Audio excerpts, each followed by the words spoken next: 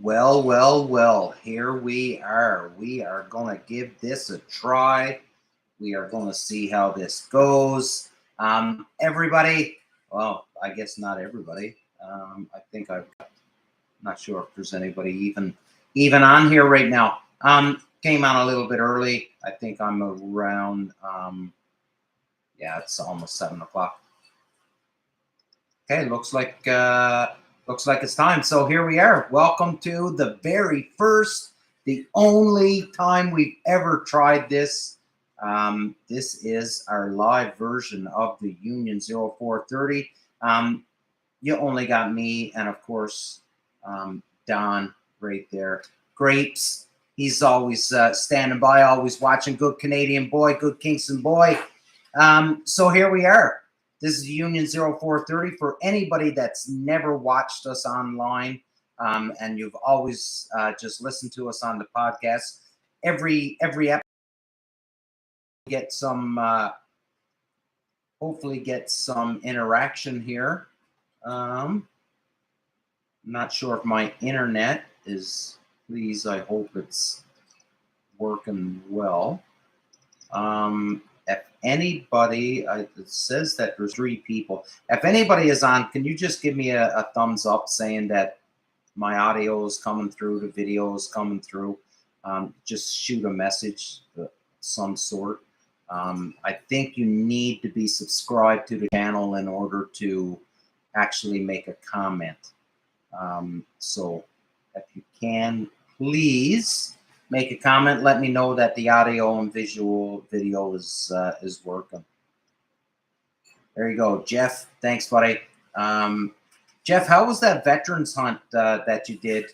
I believe you went on the veterans hunt there in Brockville a couple weeks ago. Just wondering how it went. How was it? And I don't know why I paused here, as if I was waiting for you to answer me back, like we're on a phone call or something, or I can see you. But anyways, while we're waiting for Jeff to write that back, if anybody's got any questions regarding Punisher Waterfowl, the brand, any of the products that we support, or companies that we support, I guess I should say, Canadian Waterfowl Supplies, Vortex Optics Canada, Real Geese, First Light, Yeti, Challenger Ammunition, any of that stuff. If you have any questions regarding any of that, here's your time to ask me. You'll get as honest an answer as you will ever get, or you will totally stump me and I'll look like a fool and not have a clue in what I'm saying. So with that, yeah, so here we are. This is the first live episode of the Union 0430. Okay, Jeff. Oh, okay, awesome. It was your dad that went. Awesome. I'm glad he had a good time. It's a good crew of fellas down there. So really good that he had a good time. And I'm not sure if they got into many birds, but I did hear that it was a good time. Yeah, so for Punisher Waterfowl, I'm not sure how much everybody knows about Punisher Waterfowl, how it got its start, how everything came to be to where we are today. And I thought I would give just a little bit of a history lesson. This is a little bit weird because this is the first time I'm doing the show live, and I've never actually not had a guest where I could ask questions and we can chat back and forth. So anybody that's watching or whatever, again, feel free to chime in and say or ask your questions. But Punisher Waterfowl, for those that don't know, I retired out of the military in 2019 after 19 plus years in the Canadian Army as a combat engineer.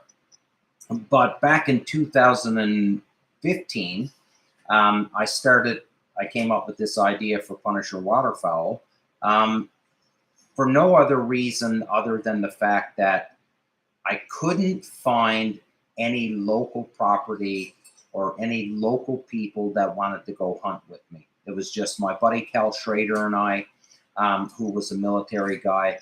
Both of us had gotten posted into an area in Petawawa, Ontario at the base, and we were having trouble finding people to go hunting with and access the property. So, it was a little bit shifty on my part, but I created this brand for no other reason other than to meet some other hunters in the area and possibly get access to some properties and get into the community. And it worked, obviously. Got to meet a bunch of people. Oh, awesome. So yeah, got to meet a bunch of people in the Ottawa Valley, like Ryan Bro and Mark Vitch, who are two of my closest friends now. I met them because of Punisher Waterfowl. They were hunting up in the Ottawa Valley. So,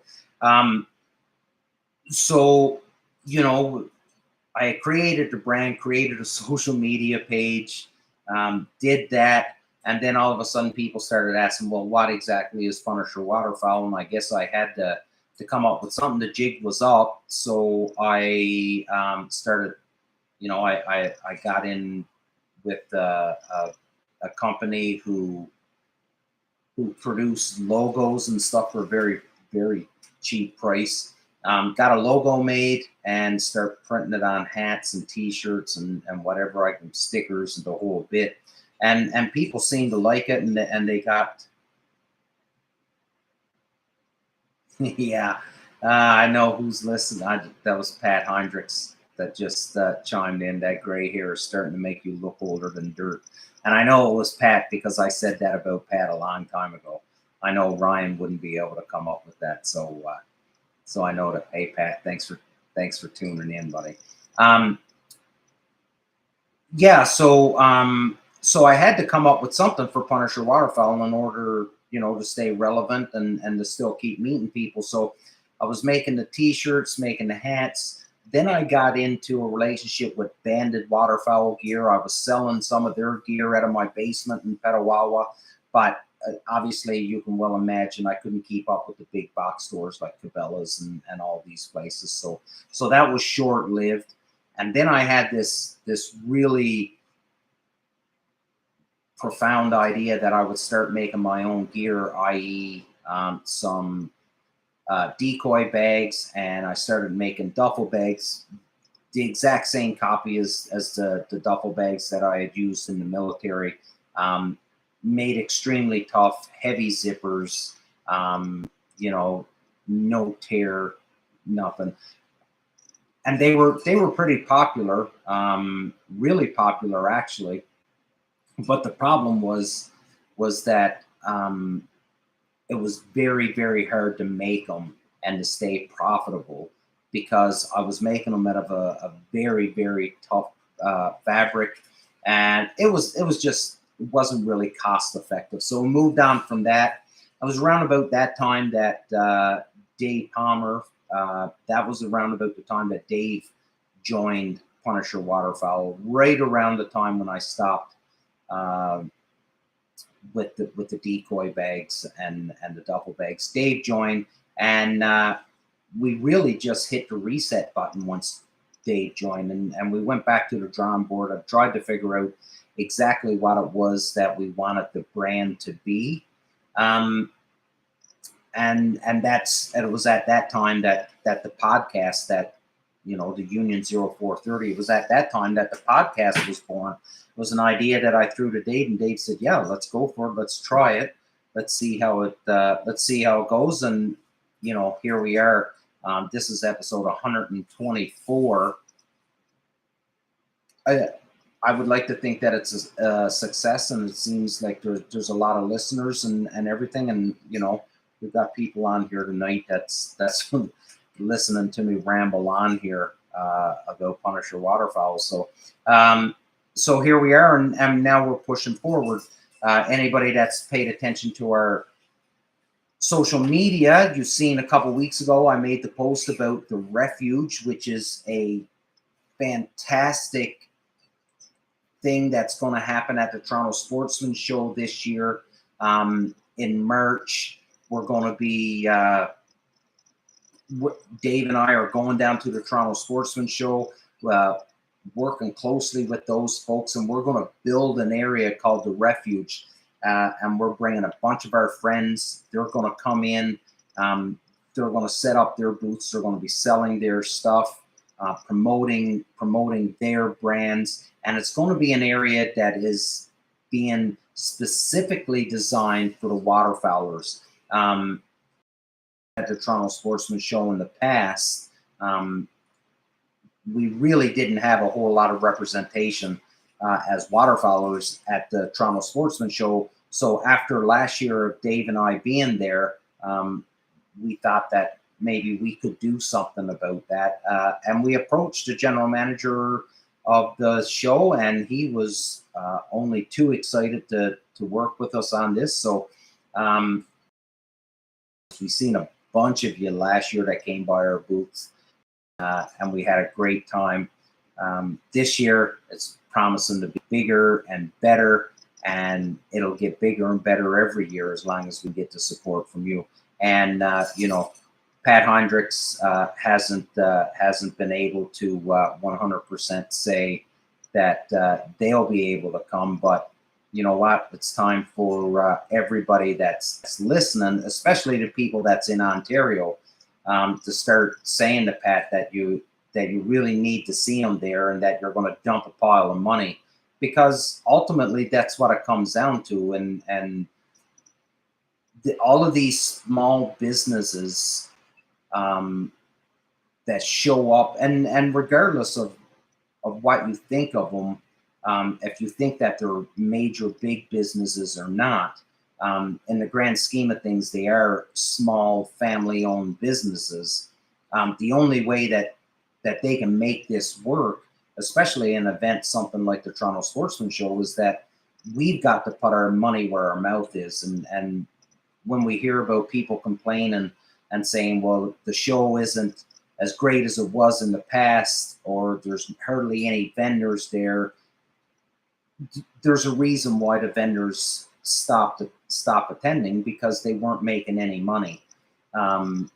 So now it's on us really to show up with money in our pockets and start spending and get those vendors back at the Toronto Sportsman Show, and bringing it back to its former glory, I guess is what I'm trying to say. So if you are planning on hitting up the Toronto Sportsman Show, please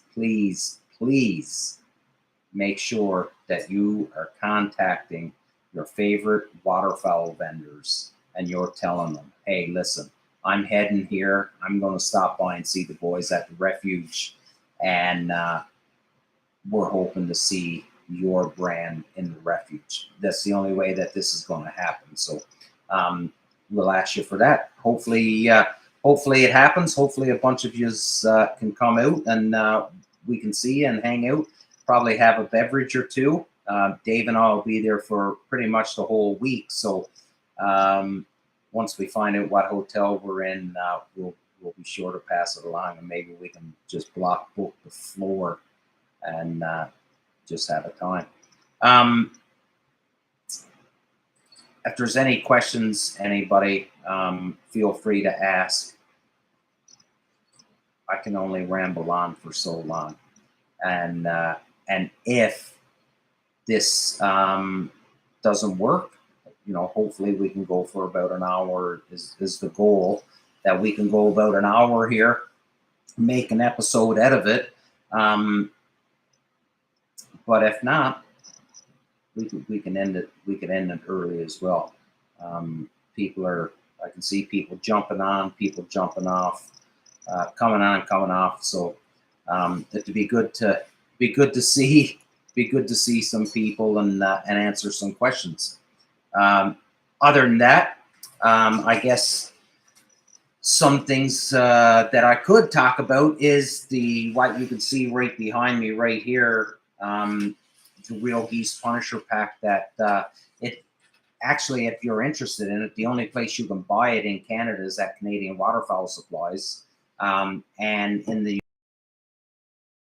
down in the States, they're offering some free shipping and a bit of a discount on the Punisher pack right now, right from Real Geese themselves. And Pat has a Black Friday sale on as well. But I guarantee you won't be getting free shipping up here in Canada because it is ridiculous up here to try and ship anything for our American friends that are listening. Which I should say, happy Thanksgiving to all our American listeners. If you are indeed listening from the States, I hope that you had a wonderful day today. On behalf of Dave and I and all of the members of Union 0430, that's Philly, Mark, and Ryan, we wish you nothing but the best Thanksgiving and hope that you have nothing but the best for this next year. Jeff is saying, I started following Punisher when you were in Pet, thanks to Josh Smith, one of yours. Yeah, so Josh Smith, not a good dude. Tough and such a tough dude too. He was a young sapper when I showed up, so a young private. He was in the squadron with me. Tough dude, keen, strong, real good dude. And yeah, Jeff, if you see Josh, make sure you say hi to him for me. Yeah, lost my train of thought there. Not sure. Let's dive into some stuff here. All right, so I haven't really gotten too much into it. Haven't got to investigate it too much. Oh, Jamie Clement shot a pair of singles. That a boy. Yeah, so that's what I was just going to talk about. Mr. Jeff Coates. See, now I would have asked Jeff to come on, to jump on, but he was on a couple weeks ago, and it's American Thanksgiving, and I really didn't want to bug him because I know, and for those of you that follow his social media, you know how busy that man is. So, so I didn't bug Jeff, but Jeff, happy Thanksgiving, buddy, and thanks for coming in from Maryland. Just about to talk about this new gun ban. So Jeff and anybody that's from the States, if you're listening, so our liberal government right now, they've been a mess ever since they've taken over, honestly. But what's happening now is every time that there's a new scandal with the liberal government, it seems like they throw out a new gun ban just to try and get us all to stop worrying about the scandal and start infighting about guns and stuff. So just yesterday, there was another amendment made to Bill C-21, and it appears that the Benelli M2, from what I've read today, and Jamie, you're much more educated on this than what I am, but from what I read today, it looks as though the Benelli M2 has made it onto the list. So I don't know much about it. You know, I don't really want to chime in too much on it because I'm not educated enough on what these new bans are and how it's affecting. But ultimately, it's coming on to semi-automatic shotguns now. And for a long time, there was a lot of talk back and forth when this first came in. At first, it came in where they called them the assault style rifles, which I still don't know what an assault rifle is. I'm still waiting to see what an assault rifle is. But that was the terminology that the government and the anti-gun folks had used. So there was a lot of people within the gun, with the shooting and hunting communities that had said, listen, if we don't stop this now, at some point, they're going to come for your hunting guns. And I think a lot of hunters, and I think maybe me as well, sort of kind of, yeah, they'll never come for the hunting guns. And we're left eating a bit of crow here right now because it looks as though they're not going to stop. They're not going to stop until they've banned every gun in Canada. Yeah, JR, you are absolutely right. So Jamie said, yeah, fair enough. From what I'm seeing, it's anything center fire semi-auto with a removable magazine that can hold 5 or more rounds. Okay, yeah, Roger. So yeah, so that's the mess that we have going on up here in Canada right now, is that it seems nothing's going to be safe right now. They're coming for everything, and I don't think they're going to be happy until they take everything, which is mind-boggling, because crime is going like gang-related shootings. Crime is going through the roof right now in our major centers, and it's Canada. We've really only got a half a dozen major centers in the entire country. The rest of it is mostly all rural hunters and sport shooters. So things aren't looking real good. Dave, yeah, we need unity in the outdoors industry, and without it, we are doing 100%. And Dave's chiming in probably on his way back from a fire call, which is the reason why I'm doing this live tonight. And Dave's not on the show, so he's probably watching this on the phone in the back of the fire truck after being at a fire ever since noon today. So thanks for chiming in, Dave. Yeah, the list is set up very oddly. If you read it close, the Super Black Eagle 2 and 3 and other common hunting shotguns are under a "with the exception of" list, but by putting it there, it sets up for future bans. 100%, and that's really what I'm getting at.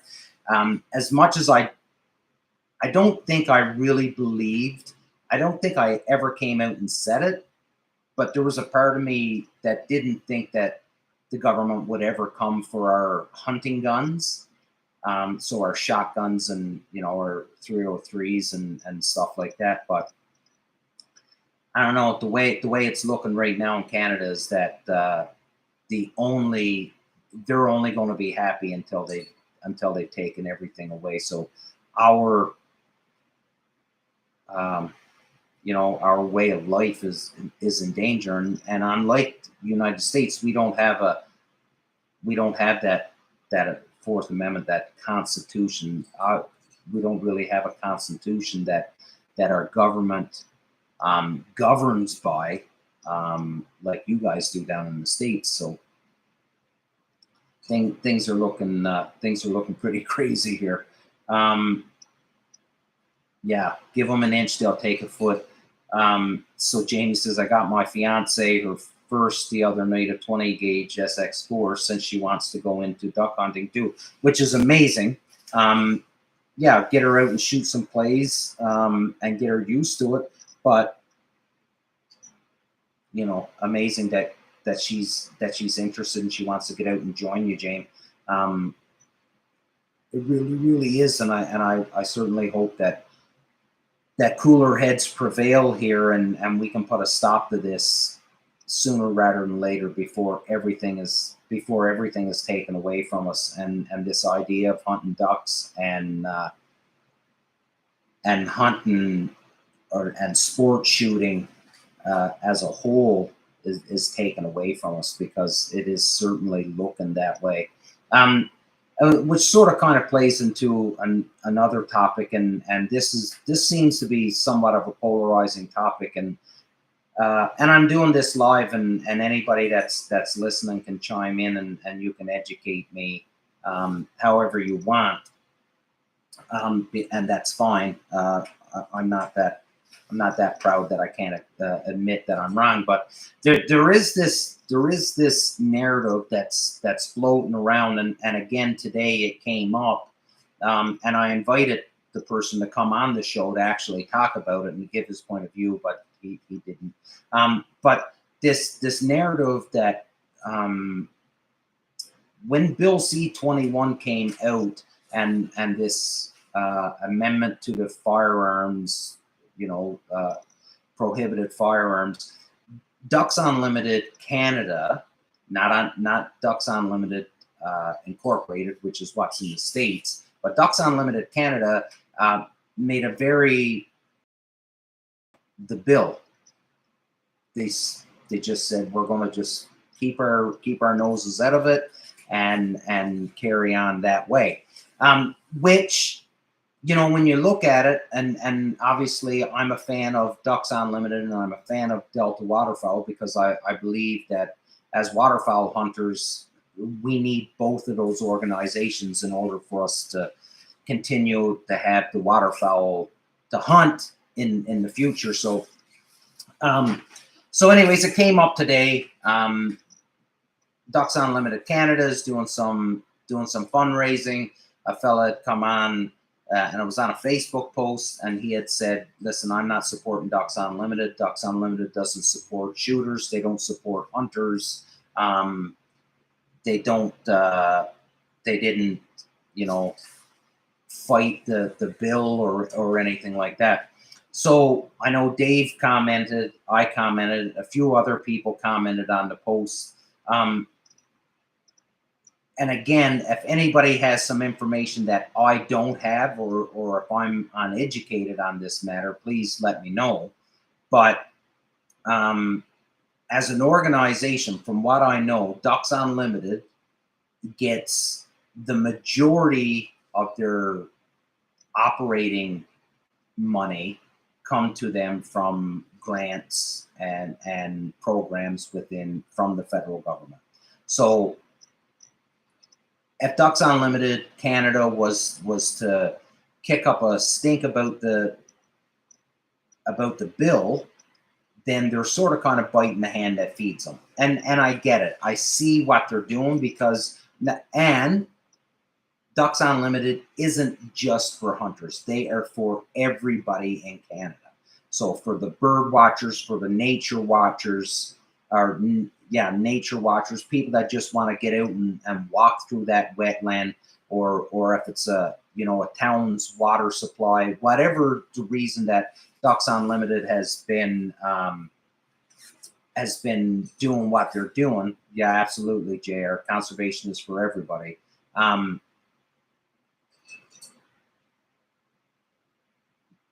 But Ducks Unlimited is such a wide spectrum of people that benefits from their program and from all the things that they do. I think it would be foolish for Ducks Unlimited to fight the federal government, who they get the majority of their money from. Now, Delta Waterfowl, on the other hand, which is they don't have a Canadian counterpart like Ducks Unlimited Canada and Ducks Unlimited Incorporated are two totally different entities. They are not what one does, doesn't really affect the other. That they have their own train of thought and they can come and say and do whatever they want. But Delta Waterfowl was stationed in Bismarck, North Dakota. They are based out of the United States, so they can take a stance. And if somebody can tell me I'm wrong here, but they can take a stance because they're not relying on that government funding the same as what Ducks Unlimited Canada is relying on, that government funding. So again, two totally different organizations, and I do believe when Delta Waterfowl says they are the duck hunters organization, I do believe that is a fair statement. They are the duck hunter. A good friend told me one time that Delta puts the duck hunters in the blind, but it's Ducks Unlimited that makes sure that there's birds that's able to be hunted, right? So we need both of them. That's my take on it. Again, if anybody has any information that I'm not aware of, feel free to let me know, chime in. But that's the way I look at it, and I think it's another one of those cases that you play on what David said earlier, where he had said that we need to all unite. All this is doing is driving another wedge in between us, which is what the anti-gun people is really pushing for. They want us to fight within our ranks. And this is exactly what they want, and this is exactly what's happening. And we've said it on this show on the Union 0430 a million times that we are our own worst enemy.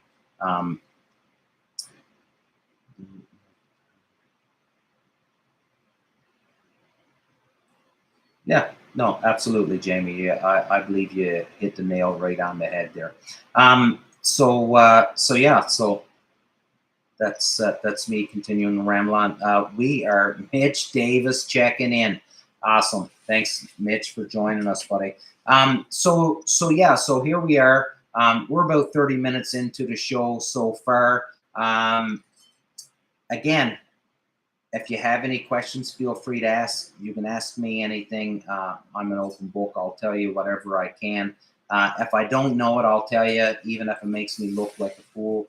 I've really got nothing to hide. So I am who I am, and that's it. But as for well, it is Thursday, the 24th. So tomorrow's Friday. So Black Friday. We've got a ton of sales on the go. Canadian Waterfowl Supplies. They've got a big, huge sale on right now. Or yeah, right now. That goes until I think Saturday, but I'm not 100% sure. But I think Saturday is when that Black Friday sale is done with Canadian Waterfowl Supplies. So if you want something, you might want to get in quick.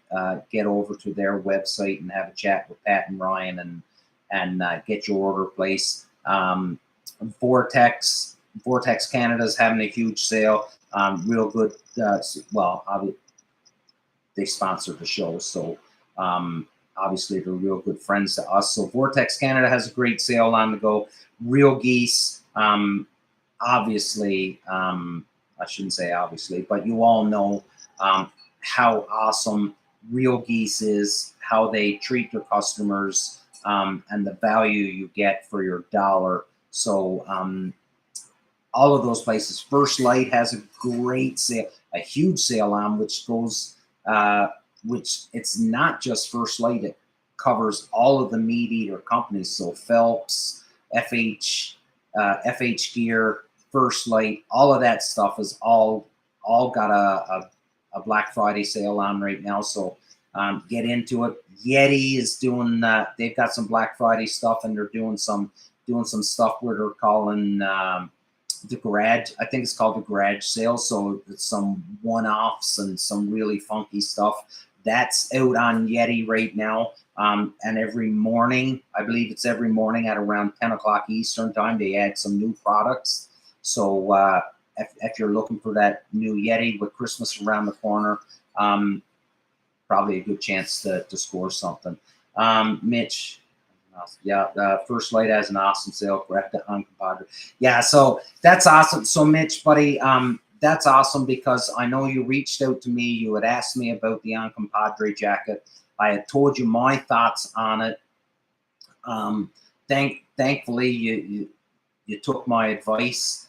You ordered it, which is unbelievable because, and you already have it, which is crazy because, and that just goes to show how fast First Light is. But you get it to your door. You were out wearing it yesterday, putting up your Christmas lights, and you said that it worked as advertised. So I'm really happy that you're happy with the product, and that's something that Dave and I are hanging our hats on. Specifically Dave, because Dave was a First Light guy long before I was. It was Dave that sort of kind of talked me into making the switch. So something that we're definitely hanging our hat on is the fact that we can say that we've influenced some people to make the switch over to First Light, and by all accounts, everybody has been happy by making that switch. Anything hunting related, hoping to get under the Christmas. You know what? Some nerve, I think, Jamie, is what I need right now. So I sold my boat a couple weeks ago. I'm 45 years old, and I'm already starting to find that is old, but I'm 45 years old. almost 20 years in the Army, so my body is probably the shape of a 60-year-old. So I've lost my nerve when it comes to hunting by myself. So hold on here, my phone is buzzing, and I'm thinking that that's Dave that's messaging.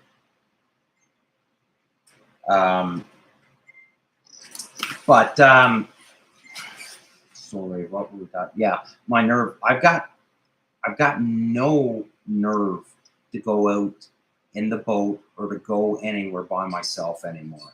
So if I was looking for anything under the Christmas tree, James, that to be it. I'm looking for some nerve, because, and then you know, it's a lot more fun when you've got your buddies with you, is what I'll say. And I was just this past weekend. I forget the fella's name, but you know, he had made a post on Facebook and had talked about how, you know, they were properly prepared. Everybody's wearing life jackets, all the safety gear, everything. They did everything that they could do on their part to be as safe as they can, and an accident still happened.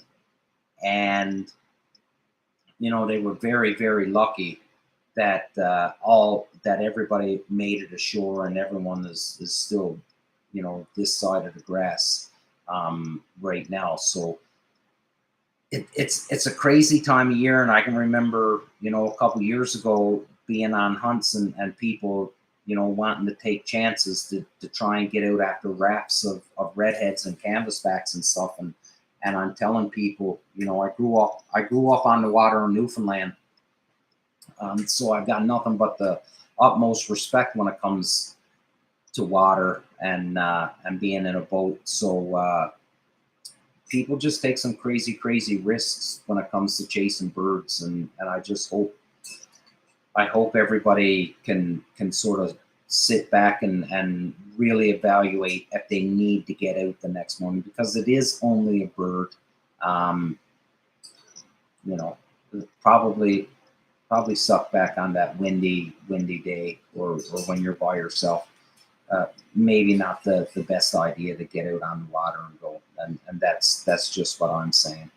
A bird is not worth your life. You're 100% right, James. 100% right.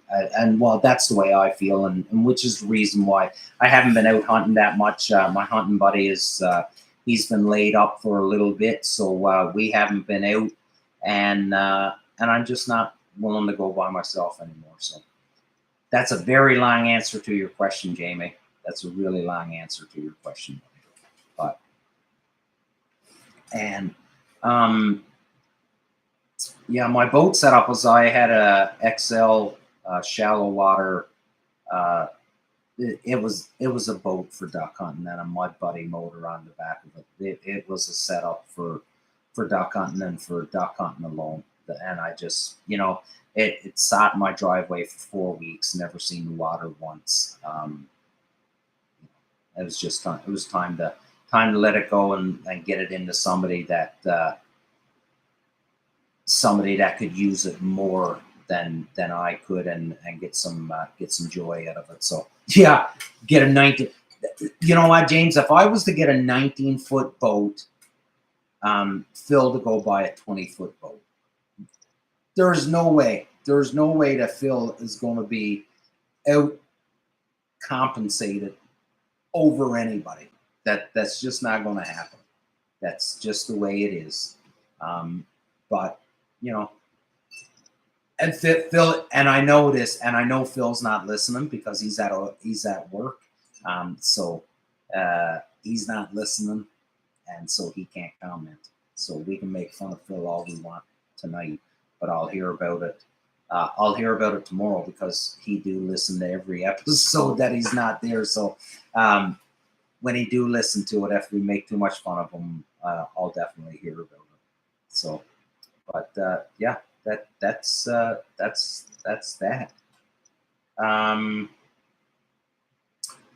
know so far the people that are you know, shooting questions and stuff like that. There's pretty mixed bag of people that's on here. I'm just wondering about your bird numbers. How's everybody?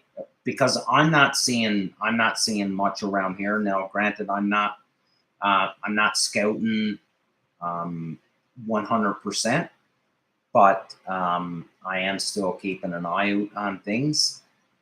And I'm not seeing a lot of birds. And I talked to a buddy down in southwestern Ontario today, and he's saying the same thing. So I don't know what's going on. Talking to Bobby Hayes from Ducklander Calls, he says they're into him, but it's not amazing yet. So he's down in Kansas. So yeah, the guy who doesn't hunt ducks has once again shot 0 ducks this year. Yeah, well, that's nothing wrong with that, JR. You're a pretty busy man, so you know, it is what it is. But you are out and about, and you are enjoying outdoors. So give me a second. I need to get a beer.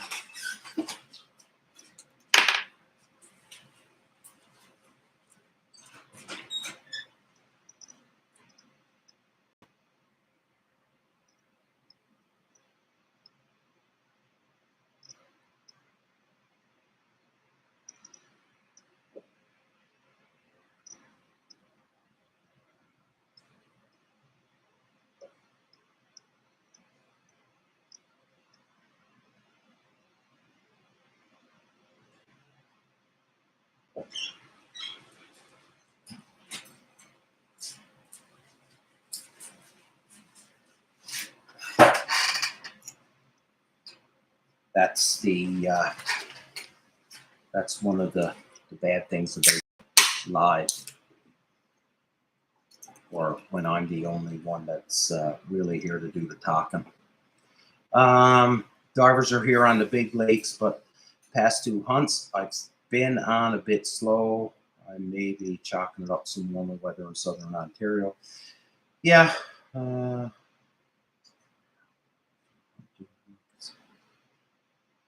Well, I'm seeing it's like we've got I don't know. We had some pretty chilly temperatures here about a week ago in the Kingston area. Pushed out all of our birds that we had, but then some geese showed up. But it's like they're acting like the resident geese. Like it's like they know exactly where they're supposed to be, where they're not going to get hunted. They're not moving when you think they'd move. They're not hitting the water when you think they'd hit the water. It's just really weird. And my buddy and I, Jason Sear, we had this theory last year that that we missed migration, that birds just flew over us. They didn't even stop.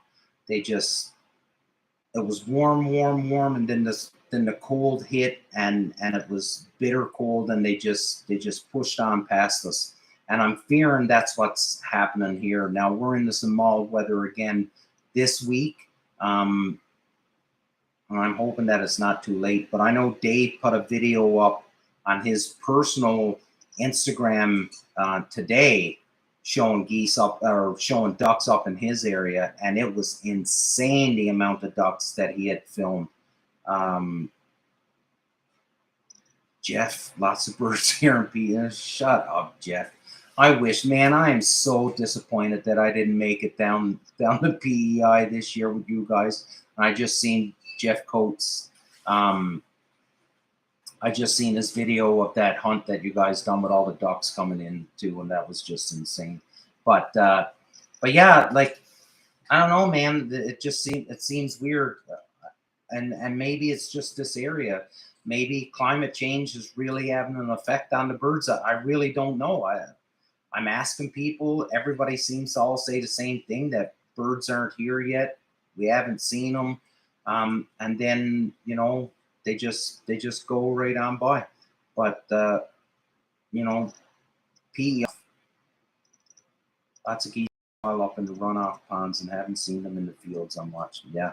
So Mitch, yeah, and you're in a, you know, and correct me if I'm wrong, but you're in an agricultural hotbed down there, right? Like there's lots of farmland down there where you are. So if the geese aren't hitting the fields yet, you know, they can't be around. Like, and that's all I can say in my opinion, in my experience, I guess. I don't know.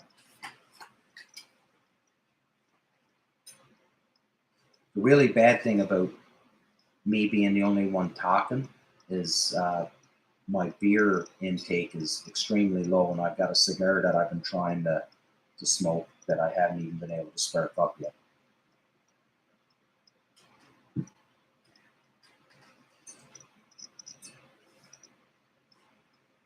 Yeah, it's really weird, man. I don't know if, like, maybe there is something to this climate change. Maybe birds are much later. I know last year um, we got into the mallards and gadwalls like mid to end December. Like that was the best hunting we had around these birds was last year.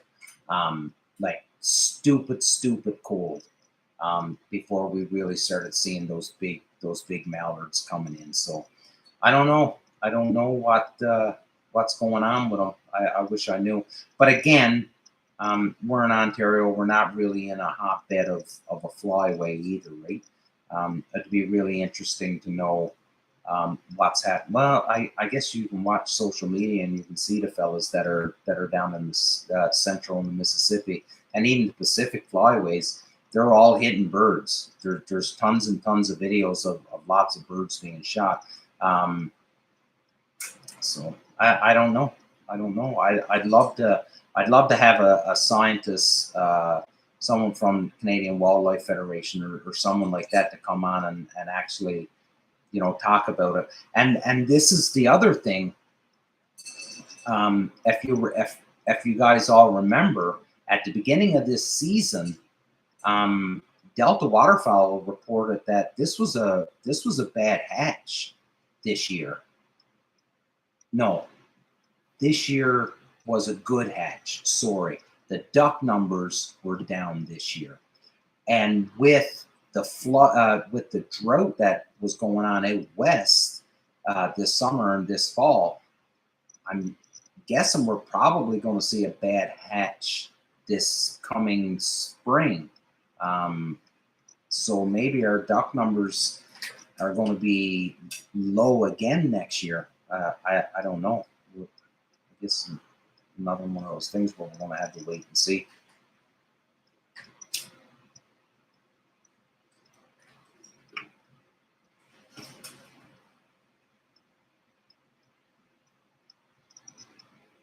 Jeff, I don't know if you're still watching or not, but what any funky birds down in PEI this year that you're chasing? And for anybody that don't know, that didn't follow along, last year Jeff Wood was our host when we were in PEI last year, and if there was a funky bird in the area, Jeff knew about it and would make it his goal for the season to get that bird. So I don't know if there's I haven't been talking to you enough this year to know if there's anything funky going on down in PEI this year or not, but I don't know, anything flying around down there that's cool and groovy. I know you shot a goose that was banded in Copenhagen, so that was pretty cool.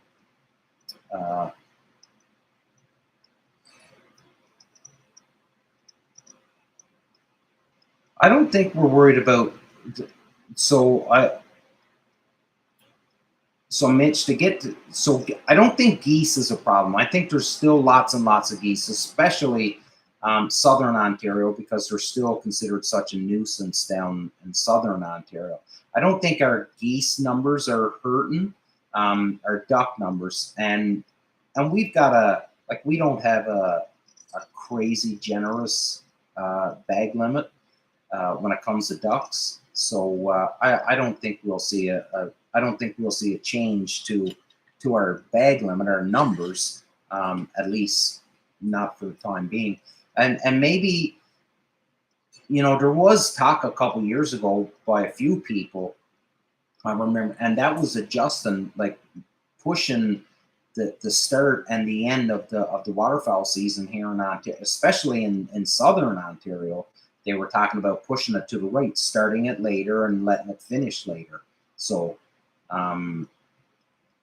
yeah, we'll see. I did see that, James. I did see that picture of that young fella shooting that Egyptian goose in South Carolina.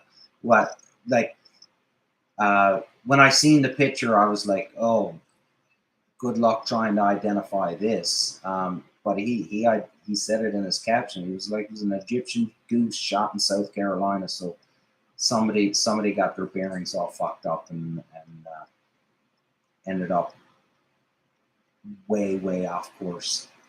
Jared, I really want to do a centerfold ad showcasing funky waterfowl color morph someday. Yeah, man, like there are some weird stuff out there. But I'm not sure, JR. I don't really know. Like, are you just talking about how they, you know, they change from, say, early season until, you know, late season when they're in full plumage? Is that what you're talking about? You know, feel free to let me know. I may have maybe misreading what you're saying.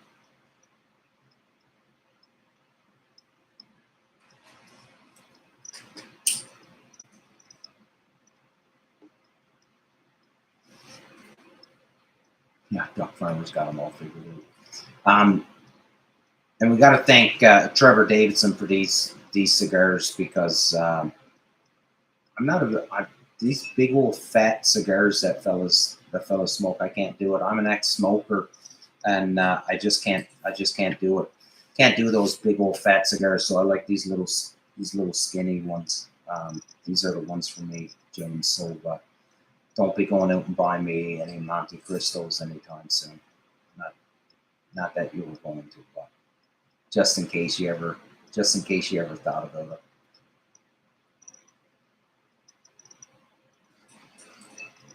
Well, everybody, we're getting real close to that 1 hour mark. I don't know if this was a success. I don't know if this was a good idea. And the only way I'll know is with people messaging, especially after they've watched it, listened to it, whatever. But again, if it's something that you'd like to see more of, we are more than happy to do more things like this.